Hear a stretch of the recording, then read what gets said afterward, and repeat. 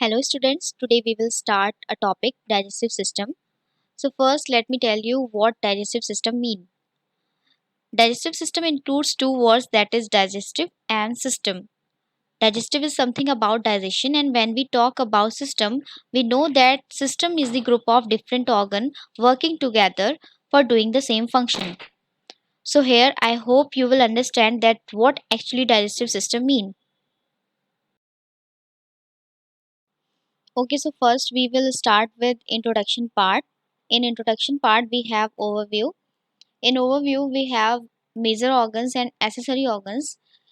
Major organs में हम mouth, oesophagus, stomach, small intestine and large intestine को पढ़ते हैं. वहीं एसेसरी ऑर्गन्स में हम liver, gall bladder and pancreas को पढ़ते हैं. तो फर्स्ट हम देखते हैं डाइजेशन की डेफिनेशन को. The process of reducing food into smaller molecule that can be absorbed into the body means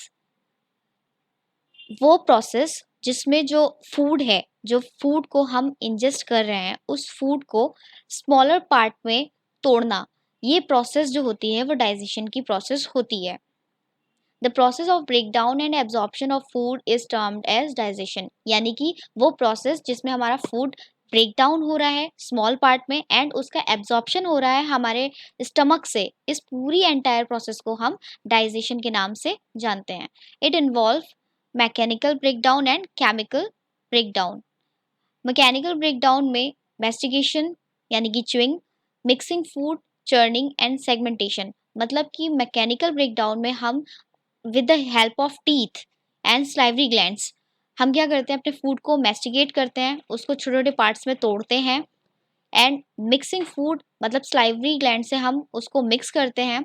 churning and segmentation यानी कि जो हमारा फूड है वो क्या हो जाएगा, वो सेगमेंट्स में टूट जाएगा. यानी ये प्रोसेस क्या हो गई, हमारी मैकेनिकल ब्रेकडाउन हो गई. वहीं केमिकल ब्रेकडाउन में it involve digestion of food via digestive और एसेसरी ग्लैंड्स. मतलब कि जो हमारे एसेसरी ग्लैंड्स होते हैं वो फाइनली क्या करते हैं, हमारी डाइजेशन की प्रोसेस को वाइंड अप करते हैं with the help of some chemicals. मतलब कि एसेसरी ऑर्गन्स क्या करते हैं, ये कुछ केमिकल्स को सिक्रीट करते हैं और ये केमिकल फाइनली क्या करता है, हमारी पूरी जो डाइजेशन की प्रोसेस है उसको खत्म करता है. यानी कि जो केमिकल डाइजेशन है उसमें क्या हो रहा है, जो डाइजेशन हो रहा है वो with the help of chemical की हेल्प से होता है. Okay, now we have histology of GI tract. GI tract को अच्छे से समझने के लिए हमें सबसे पहले इस डायग्राम को देखना पड़ेगा. आप सभी को अपनी स्क्रीन पे एक डायग्राम दिखाई दे रहा होगा. ये डायग्राम हमारे गैस्ट्रो इंटेस्टाइनल ट्रैक्ट के लेयर्स का होता है. मेनली हमारी गैस्ट्रो इंटेस्टाइनल ट्रैक्ट 4 टाइप की लेयर से मिलकर बनी होती है, जिसमें पहली होती है हमारी एडवेंटिशिया, जिसको हम आउटर कवरिंग के नाम से जानते हैं. ये हमारे थोरैक्स और हमारे एब्डोमेन के पार्ट में प्रेजेंट रहती है. दूसरा, ये फाइब्रस टिश्यू की मिलके बनी हुई होती है और पेरिटोनियल कैविटी में जितने भी ऑर्गन्स प्रेजेंट होते हैं उस ऑर्गन्स को कवर अप करके रखती है. मींस कि जितने ऑर्गन्स हमारे पेरिटोनियल कैविटी में हैं वो सारे के सारे एडवेंटिशियल लेयर के मिल बने हुए होते हैं. Largest serous membrane of the body, जो हमारी पेरिटोनियल कैविटी है वो क्या होती है, लार्जेस्ट सीरस मेम्ब्रेन होती है हमारी बॉडी की. जो पेरिटोनियम कैविटी है या पेरिटोनियम जो हमारी लेयर होती है वो सब डिवाइडेड रहती है 2 टाइप से, जिसमें सबसे पहले हमारा होता है पैराइटल पेरिटोनियम जो कि हमारे एब्डोमिनल वॉल को बनाता है. Secondly we have visceral peritoneum, जो हमारे विसरल ऑर्गन्स प्रेजेंट रहते हैं हमारे एब्डोमेन में. उन सारे जो ऑर्गन्स है उनको कौन बनाता है या वो कौन से लेयर से मिलके बने हुए होते हैं, वो हमारे विसरल पेरिटोनियम लेयर से मिलके बने हुए होते हैं. Now secondly we have muscle layer. Muscle layer जो होता है वो भी सब डिवाइड रहता है 2 टाइप से. ओके, कंटिन्यू करते हैं हम अपने पिछले टॉपिक को, हिस्टोलॉजी ऑफ जीआई ट्रैक्ट. जो हमारी मसल लेयर होती है वो 2 तरीके से सब डिवाइड रहती है, जिसमें सबसे पहले होता है हमारा आउटर मसल लेयर जो कि लॉन्गिट्यूडनली अरेंज रहती है. Secondly we have inner muscle layer जो कि सर्कल्स में प्रेजेंट रहती है. आप सभी को अपने डायग्राम में दिखाई दे रहा होगा circular muscle and longitudinal muscle. Secondly जो हमारे पास लेयर है वो लेयर है हमारी सब म्यूकोसा। सब म्यूकोसा क्या है? Made up of loose connective tissue. Loose connective tissue की मिलके बनी हुई होती है। Contain nerves. नर्व्स होती हैं इसके अंदर। लिम्फ वेसल्स प्रेजेंट रहती हैं एंड लिम्फॉइड टिश्यू भी प्रेजेंट रहते हैं। Now we have mucus layer, mucosa layer. And mucosa layer में ये तीन तरीके से रहती है। म्यूकस लेयर सबसे पहली होती है। म्यूकस लेयर जो होती है वो हमारी सबसे इनर मोस्ट लाइनिंग होती है, इनर मोस्ट लेयर होती है, जिसका काम क्या होता है? जिसका काम होता है जितने भी हमारे जूसेस हैं, गैस्ट्रिक जूस लाइक एंजाइम्स वगैरह, ये सारे के सारे क्या करती है? ये सिक्रीट करती है, हमारे डाइजेशन में हेल्पफुल रहती है ये सारे juices. Secondly we have lamina propria. इसका काम क्या होता है? ये एक तो पहली बात तो ये हमारा जो होता है कनेक्टिव टिश्यू का मिलके बना होता है, लूजली बाउंड जो कि होते हैं, और जितने भी हमारे जो एपिथेलियल लेयर्स होती हैं उनको नरिशमेंट और उसको सपोर्ट प्रोवाइड करती है हमारे ब्लड वेसल्स को।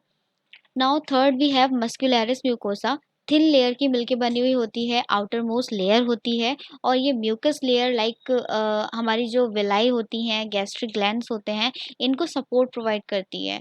जो विलाई होता है हमारा वो सबसे ज़्यादा मेन रोल प्ले करता है हमारे एब्जॉर्प्शन में, जितने भी फूड का जो न्यूट्रिशन होता है इसको एब्जॉर्ब करता है। और इन सारी चीज़ों को कौन सपोर्ट करता है? हमारी जो हमारी मस्कुलरिस म्यूकोसा होती हैं वो सारी की सारी इसको सपोर्ट करती हैं।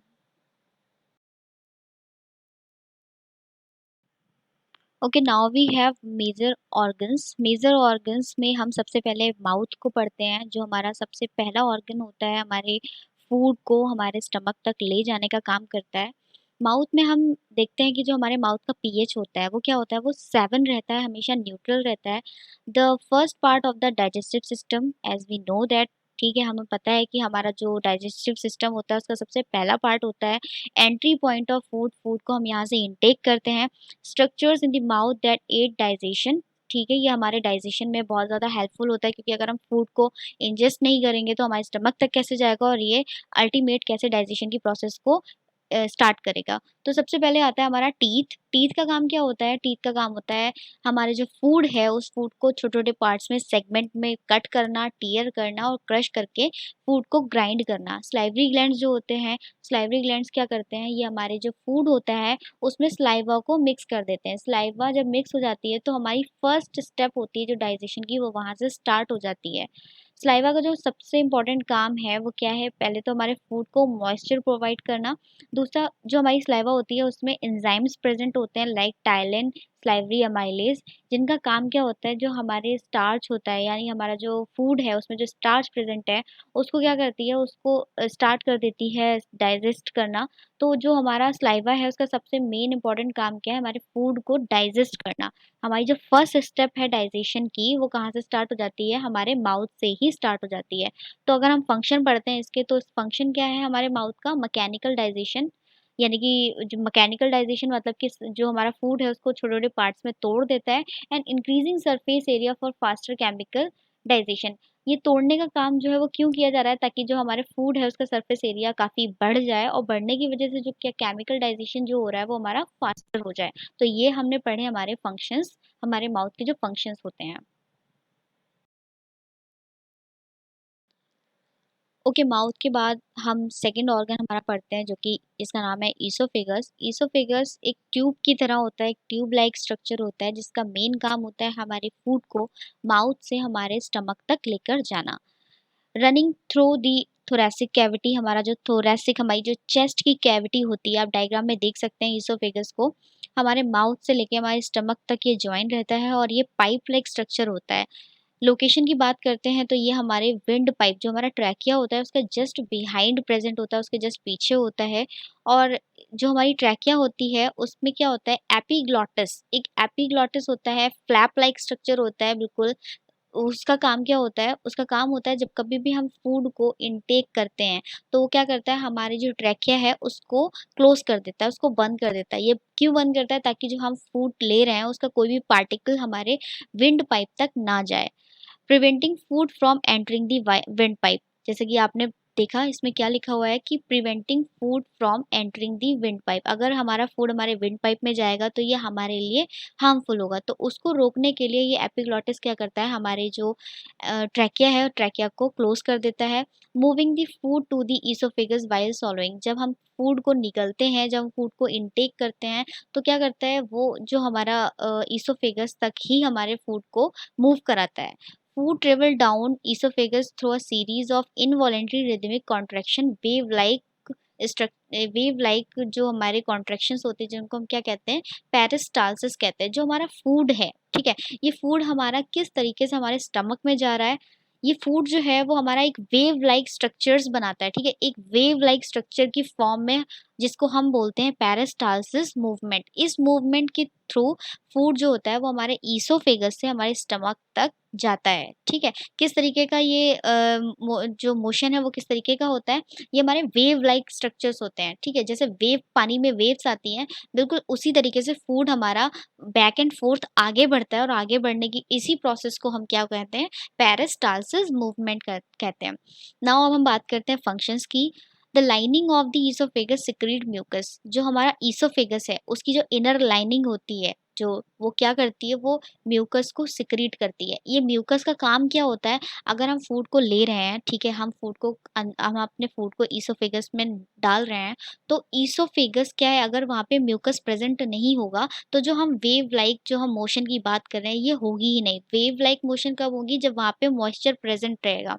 और ये मॉइस्चर कौन सिक्रीट कर रहा है, ये मॉइस्चर हमारा ईसोफेगस की जो इनर लाइनिंग है वो सिक्रीट कर रही है, ताकि फूड जो है वो हमारा मॉइस्चराइजर रहे, उसमें मॉइस्चराइजर रहे, और वो किस तरीके से थोड़ा थोड़ा करके आगे बढ़कर हमारे अल्टीमेट जो हमारा स्टमक है वहां तक जाए।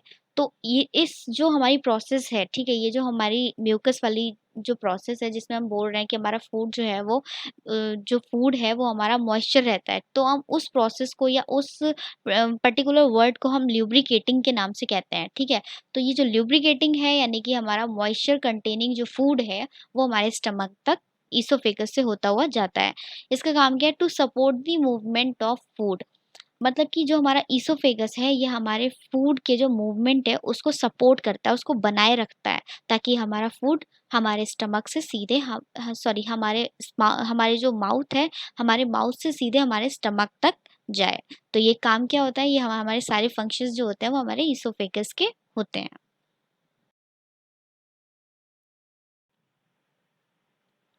Okay, next we have oesophageal sphincters.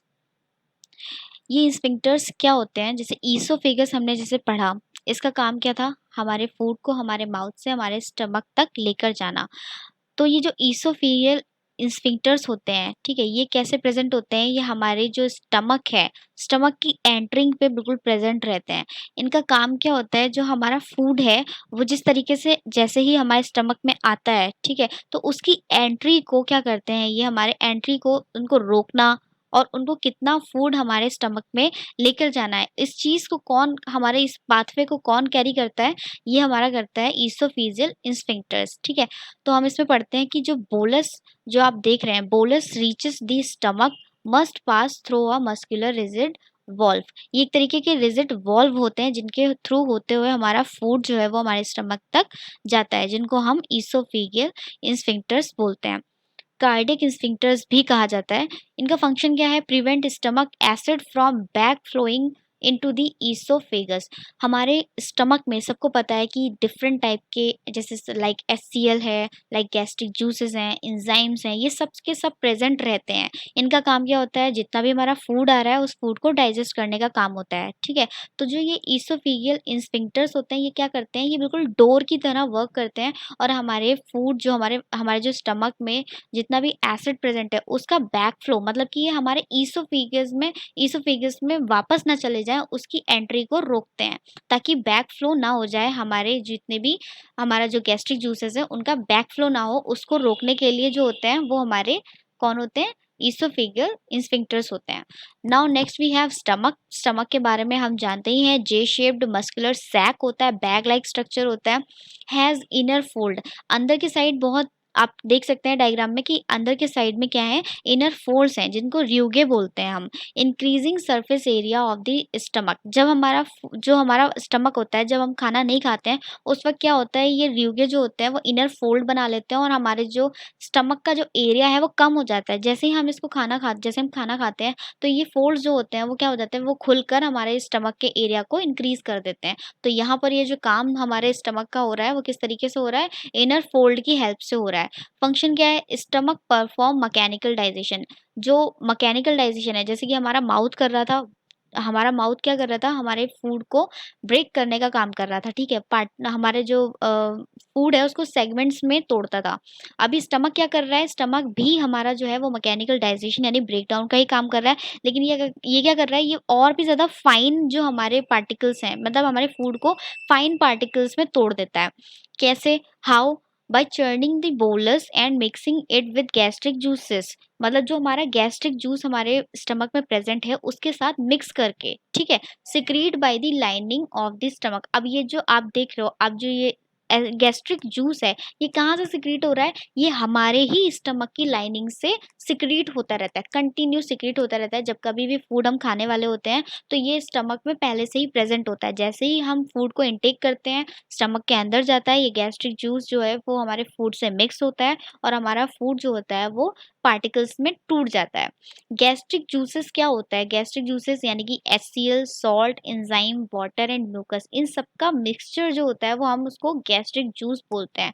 HCl help break down of food and kill bacteria that came along with the food.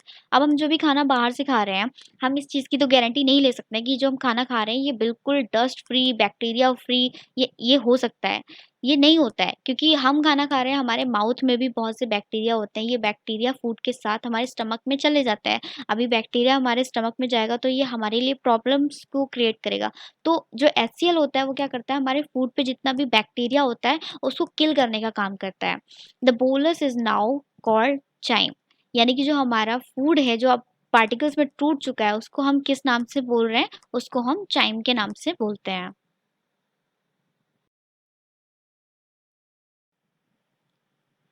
Okay, now enzyme in stomach. सबको पता है कि जो हमारा स्टमक होता है उसका जो एनवायरनमेंट होता है वो एसिडिक इन नेचर होता है। किसकी वजह से होता है, HCl प्रेजेंट रहता है, उसकी वजह से हमारे स्टमक का जो नेचर होता है वो कैसा होता है, वो एसिडिक इन मीडियम होता है। नाउ इस जो हमारा HCl है इसका वर्क क्या है, ये हमारे जो फूड है, फूड में जो माइक्रोब्स प्रेजेंट होते हैं उनको किल करने का काम करता है। जो हमारा पीएच है स्टमक का कितना रहता है, वो 2 रहता है। 2 is highly acidic in nature. ये जो highly acidic in nature stomach का जो हमारा एनवायरनमेंट है, इसकी वजह से हमारा स्टमक क्यों नहीं, मतलब हमारा स्टमक अपने आप को डाइजेस्ट क्यों नहीं करता है, वो इस वजह से नहीं करता है क्योंकि जो हमारी स्टमक होता है उसकी जो लेयर्स होती हैं वो म्यूकस से बनी हुई होती हैं, और ये म्यूकस क्या करता है, प्रिवेंट करता है हमारे स्टमक को from digesting itself. Pepsin secretion, जो पेप्सिन है, पेप्सिन एंजाइम है, वो क्या कर रहा है, वो हमारे फूड में जो प्रेजेंट प्रोटीन होता है उसको ब्रेक डाउन का काम करता है। ब्रेक डाउन कैसे करता है, ये प्रोटीन्स को हाइड्रोलाइज कर देता है इनटू दी पॉलीपेप्टाइड्स, ठीक है, पॉलीपेप्टाइड्स में कन्वर्ट कर देता है। अभी क्या है, जो स्लाइवरी ग्लैंड्स होते हैं, स्लाइवरी ग्लैंड्स क्या करते हैं, ये हमारा जितना भी कार्बोहाइड्रेट होता है उसको, उसकी ब्रेक डाउन को रोक देते हैं। क्यों, क्योंकि हमारे जो स्टमक है उसका पीएच कितना होता है, वो 2 होता है। 2 की वजह से जो हमारी स्लाइवरी ग्लैंड्स हैं वो क्या कर देती हैं, वो हमारे कार्बोहाइड्रेट की ब्रेक डाउन की प्रोसेस को रोक देते हैं, ठीक है। नाउ पाइलोरिक स्फिंक्टर्स, जिस तरीके से हमारे ईसोफिजियल स्फिंक्टर्स प्रेजेंट थे हमारे ईसोफिगस के पास, वैसे ही ड्यूोडेनम के पास हमारे प्रेजेंट होते हैं पाइलोरिक स्फिंक्टर्स। आप लोग डायग्राम में देख सकते हैं। इस डायग्राम में देखने के आप खुद इमेजिन कर सकते हैं कि जो हमारा स्टमक, जो हमारा ईसोफेगस है, ईसोफेगस से हमारा फूड होता हुआ हमारे स्टमक में आएगा। स्टमक में क्या प्रेजेंट है, HCl प्रेजेंट है, तो HCl की वजह से हमारा जो फूड है वो ब्रेक डाउन हो जाएगा उसका।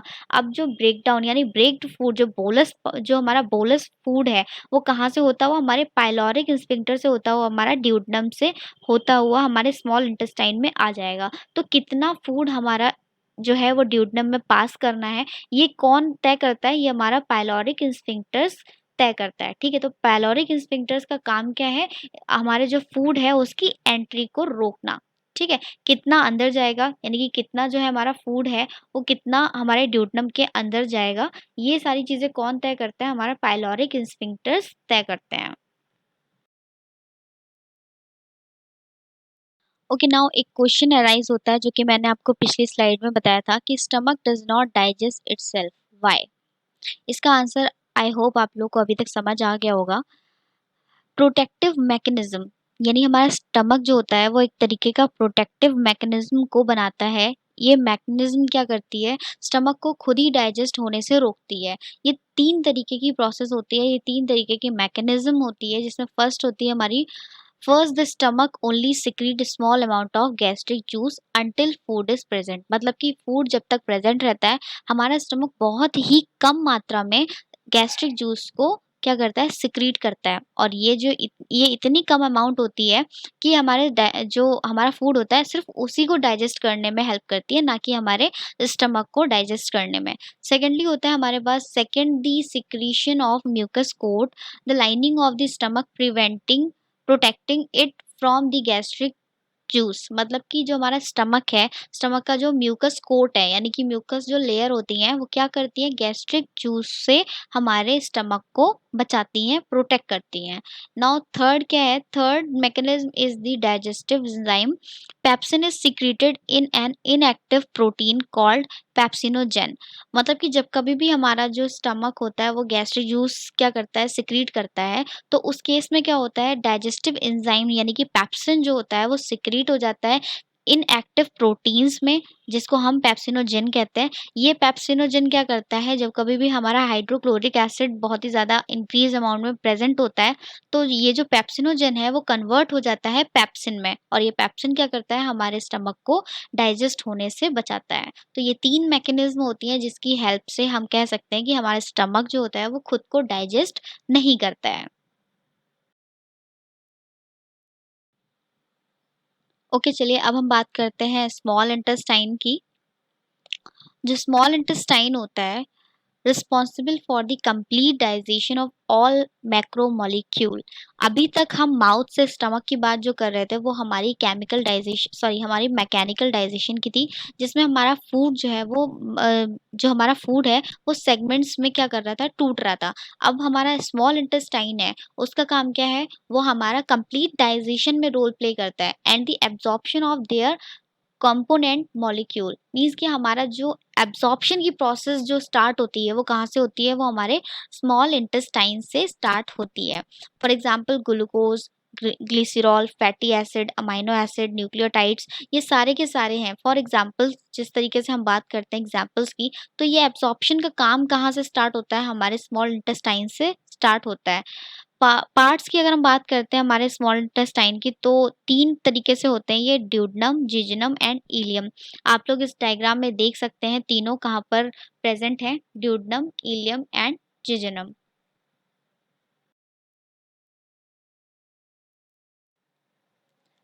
ओके, चलिए हम एक-एक करके तीनों पार्ट्स को पढ़ते हैं, जिसमें सबसे पहला हमारा आता है ड्यूडेनम।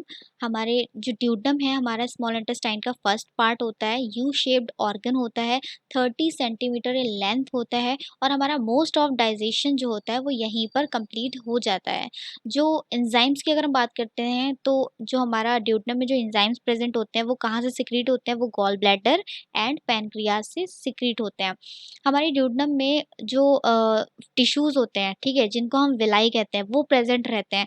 अब इन जो विलाई है, इनका काम क्या होता है? पहली बात तो ये फिंगर लाइक प्रोजेक्शंस होते हैं, और इनका काम होता है हमारे फूड को एब्ज़ॉर्ब करना।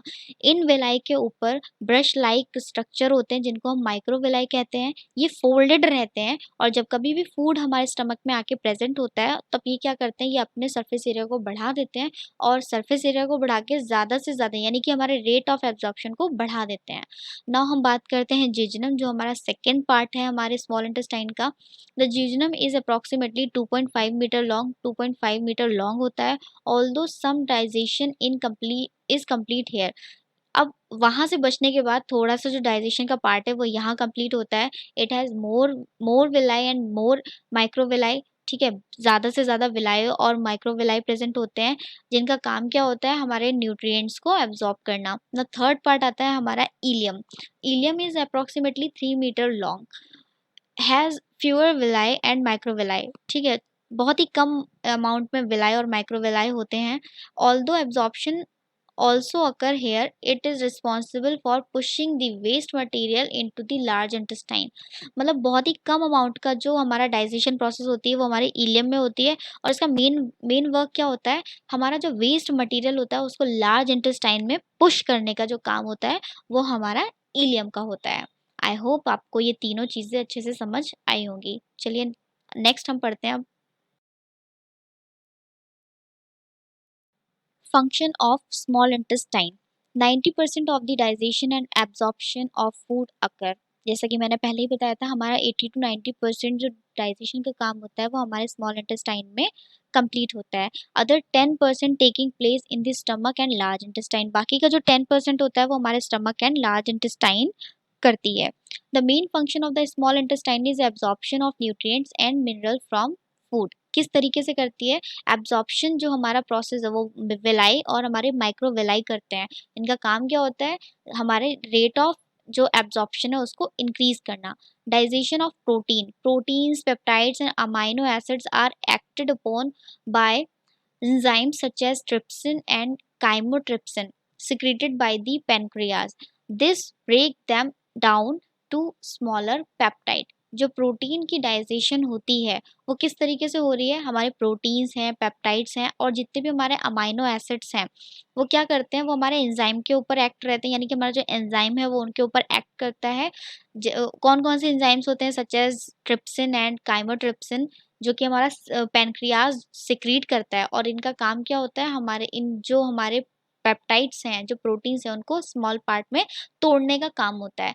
नाउ हम बात करते हैं डाइजेशन ऑफ लिपिड्स की। Enzymes like lipase secrete from the pancreas act on fat and lipid in diet, यानी कि जो हमारा लिपिड है, जो पैनक्रियाज है वो सिक्रीट करता है लाइपेज एंजाइम को, जिसका काम क्या होता है लिपिड को ब्रेक डाउन करना या लिपिड को एब्सॉर्ब करना। Lipase can break them into the small part, then can enter the intestinal villi for absorption। ठीक है, लाइपेज का काम क्या है, लाइपेज हमारे जो लिपिड है उसको तोड़ रहा है, तोड़ने के बाद में हमारे जो विलाई हैं, विलाई क्या कर रहे हैं, उसमें से जितना भी फैट है उसको एब्जॉर्ब करते हैं। डाइजेशन ऑफ कार्बोहाइड्रेट, कार्बोहाइड्रेट का डाइजेशन किस तरीके से होता है, carbohydrate are broken down into smaller simple sugar and जो हमारा मोनोसेक्राइड्स होता है जिसको हम कह सकते हैं उसमें टूट जाता है। जो कार्बोहाइड्रेट है वो हमारा मोनोसेक्राइड्स में टूटता है। Pancreatic amylase break down some carbohydrate and oligosaccharides as well. Pancreatic जो हमारा पेनक्रियाटिक अमाइलेज होता है वो क्या करता है, कार्बोहाइड्रेट को ओलिगोसेक्राइड्स में तोड़ देता है। Some carbohydrates and fibre pass undigested to the large intestine where they may, depending on their type, be broken down by intestinal bacteria। बाकी का जो बचा हुआ रेस्ट हमारा कार्बोहाइड्रेट होता है वो हमारे लार्ज इंटेस्टाइन में पुश कर दिया जाता है, और वहां पर जितने भी हमारे इंटेस्टाइनल बैक्टीरिया प्रेजेंट होते हैं वो उसको तोड़ने का काम करते हैं। ठीक है,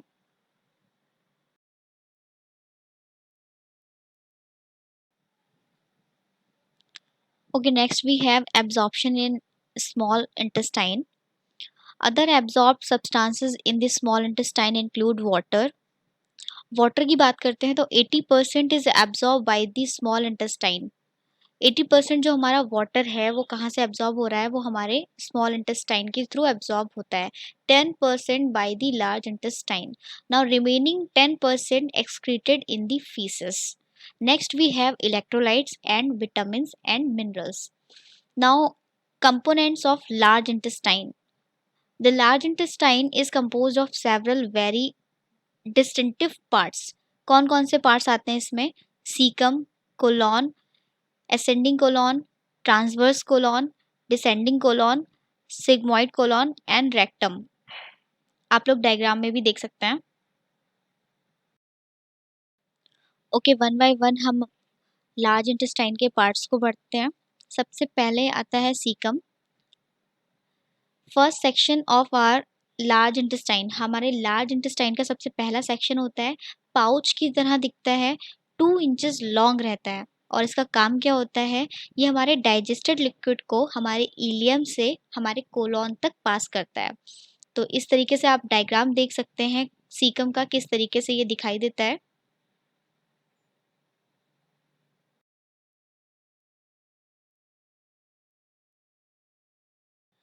okay, now next we have component of colon. सबसे पहले हम इसमें पढ़ते हैं असेंडिंग कोलॉन के बारे में। असेंडिंग कोलॉन हमारा कोलॉन का फर्स्ट पोर्शन होता है, जिसका काम क्या होता है, जितना भी हमारा अनडाइजेस्टेड फूड होता है उसको सीकम तक पुश करना। Just under the right lower end of the liver, हमारे लीवर के जस्ट नीचे का जो पार्ट है वो हमारा असेंडिंग कोलॉन होता है। नाउ नेक्स्ट हम पढ़ते हैं ट्रांसवर्स कोलॉन, जो कि सेकंड पोर्शन हमारे होता है कोलॉन का, जिसका काम क्या होता है, food travelling from left to right just under your stomach. Stomach के नीचे का जो पोर्शन है वहां से क्या होता है, हमारा फूड जो है वो ट्रेवल करके स्टमक से जो जो हमारा लेफ्ट टू राइट का जो पोर्शन है वहां से ट्रेवल करता है हमारे कोलॉन में।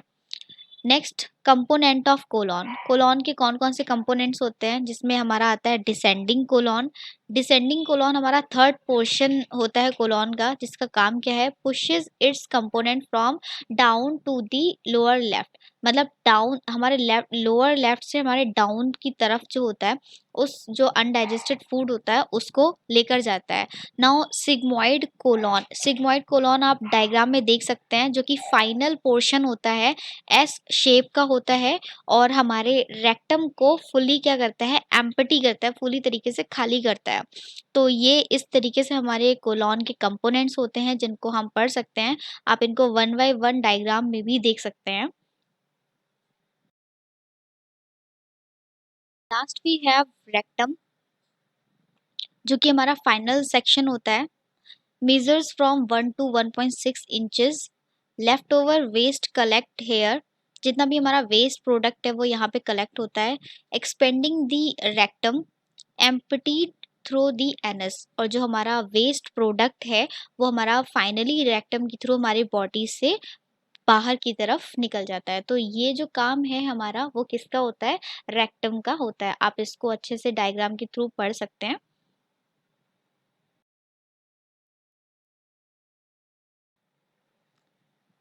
Now come on the first functions of large intestine.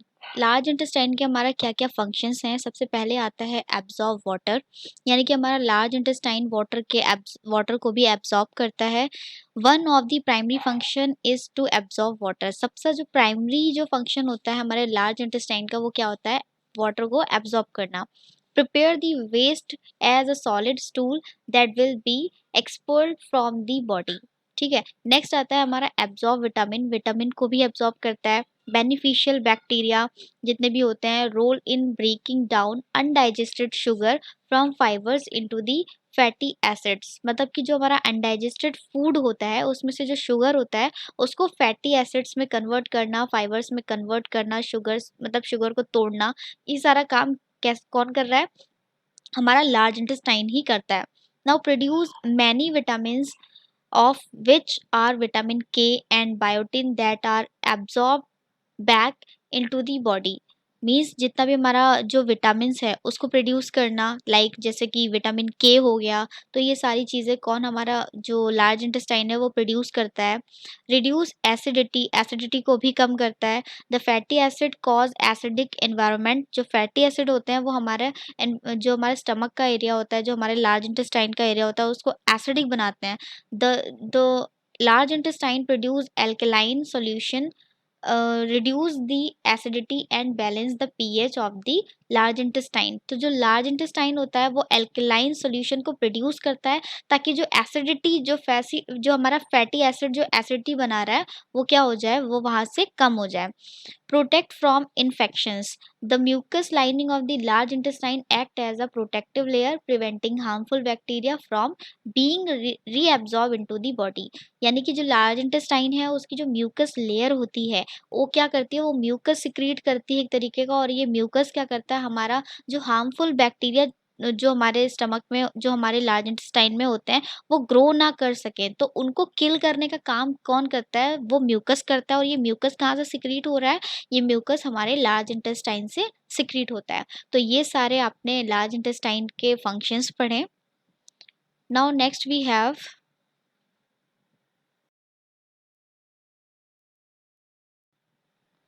आगे बढ़ने से पहले हम ये देख लें कि हमारा एक बहुत ही इम्पोर्टेंट जो फंक्शन होता है लार्ज इंटेस्टाइन का, एंटीबॉडीज़ को प्रोड्यूस करना।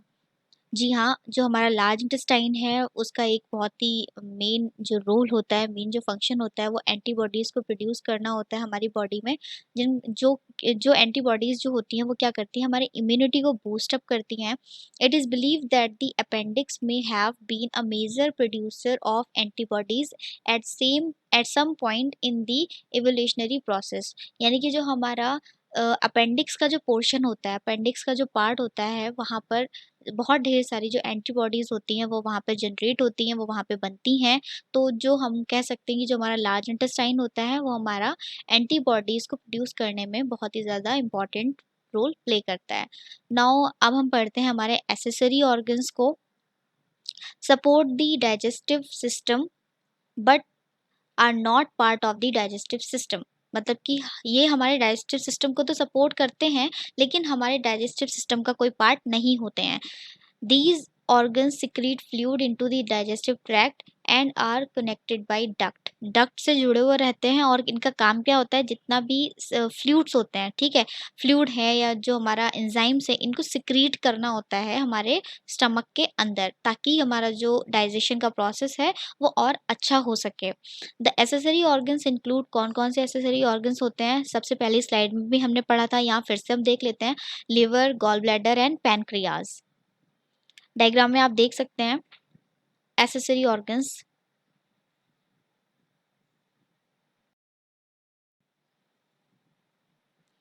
जिसमें सबसे पहले हम पढ़ते हैं लिवर के बारे में।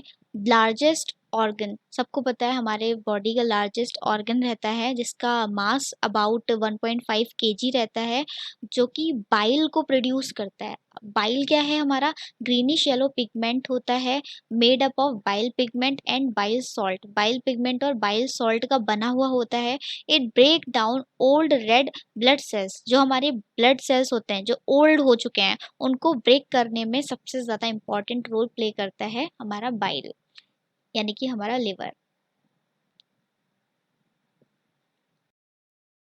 Next we have gall bladder. Gall bladder जो होता है वो हमारा स्टोरेज सैक के नाम से जानते हैं हम इसको।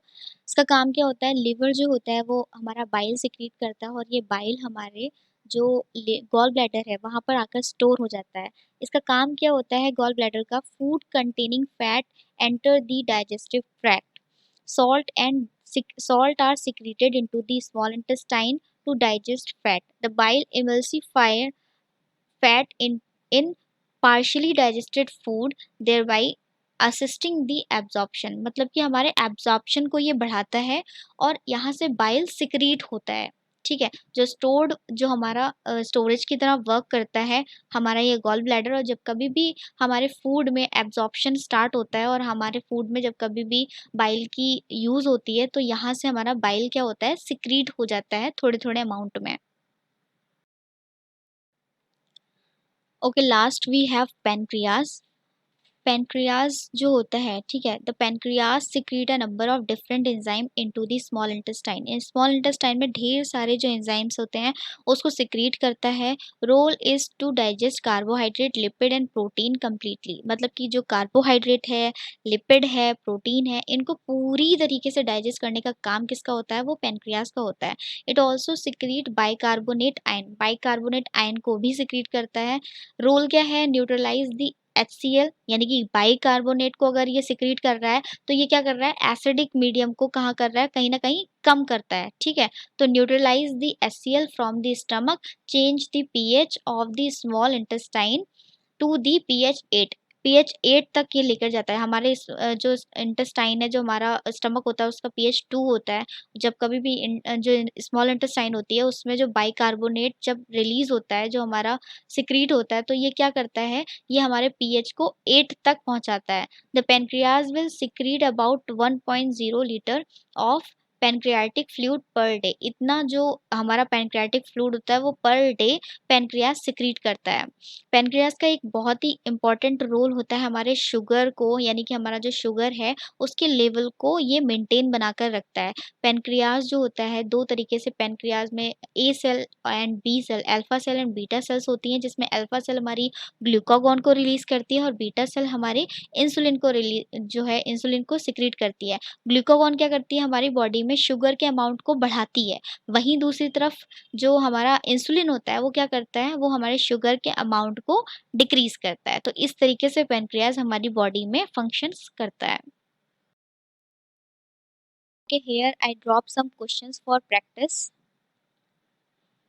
First, stomach does not digest itself. Why? Write down a short note on liver. What is the role of accessory gland in digestion?